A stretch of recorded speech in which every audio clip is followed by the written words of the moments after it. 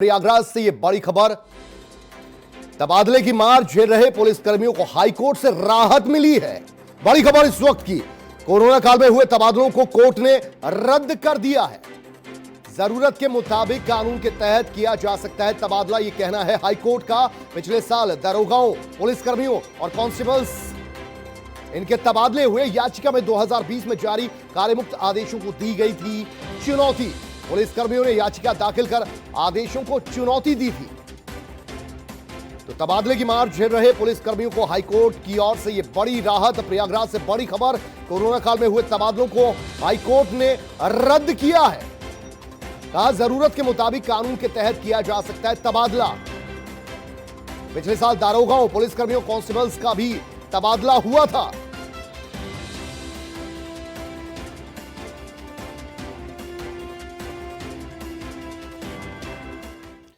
चलिए इसी खबर पर और ज्यादा जानकारी लेंगे। नरेंद्र यादव लखनऊ से हमारे साथ, हमारे संवाददाता लाइव जुड़ रहे हैं।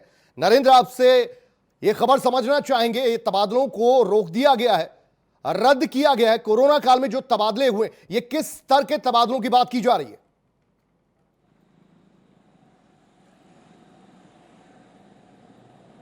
बिल्कुल, हाई कोर्ट ने माना है कि पुलिस जो कोरोना वॉरियर्स है, जगह जगह पे लड़ाई लड़ता है, कोरोना के खिलाफ सड़कों पर उतरता है, इस काल में अगर इनका ट्रांसफ़र किया गया है तो गलत है। एक तरीके से इमरजेंसी का माहौल है। कोरोना महामारी से पूरा प्रदेश और देश जंग कर रहा, पूरी दुनिया में महामारी फैली है।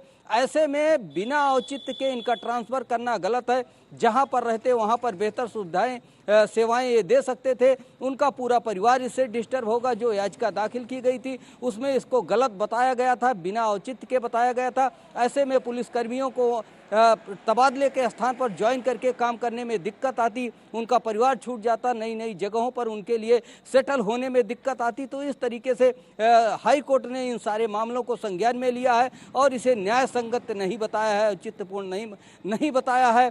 अब कहा जा सकता है कि ये फैसला जो हुआ है, जो याचिका दायर की गई थी पुलिस की तरफ से, जिनका तबादला हुआ था, उनके अधिवक्ता की जीत मानी जाएगी और उन सारे पुलिसकर्मियों के लिए ये राहत भरी खबर होगी, क्योंकि अब उनका तबादला निरस्त माना जाएगा। जी नरेंद्र, आपसे ये समझना चाहेंगे, ये ज्यूरिसडिक्शन तो राज्य सरकार का है। तबादलों को लेकर ऐसी कौन कौन सी दलीलें पेश की गई? क्यों औचित्यहीन माना गया कोरोना काल में पुलिस वालों को तबादला?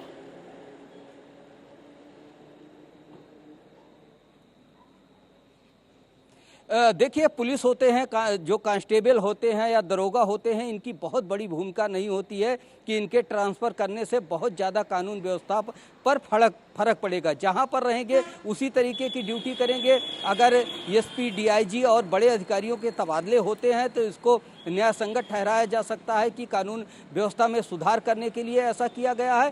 तो जो परेशानियां थी पुलिस के सामने और दरोगा के सामने, इनके परिवार को लेकर के, इनको क्वार्टर भी नहीं मिलता है रहने के लिए, बच्चों की जो पढ़ाई होती है वो भी डिस्टर्ब होती है। बीच का ऐसा माहौल था जब हर जगह पे इमरजेंसी लगी हुई थी, लॉकडाउन था, सड़कें बंद थी, आवागमन बंद था और लोगों को दूसरे शहरों में जाके किराए का मकान मिलना भी मुश्किल था। ऐसे में तमाम ऐसी समस्याएं थी जिसको लेकर हाई कोर्ट ने मामले को संज्ञान में लिया है और इसे औचित्यहीन बताया है। जी और नरेंद्र, आपसे ये भी समझना चाहेंगे, अब सरकार का रिएक्शन क्या है इस पूरे मामले को लेकर?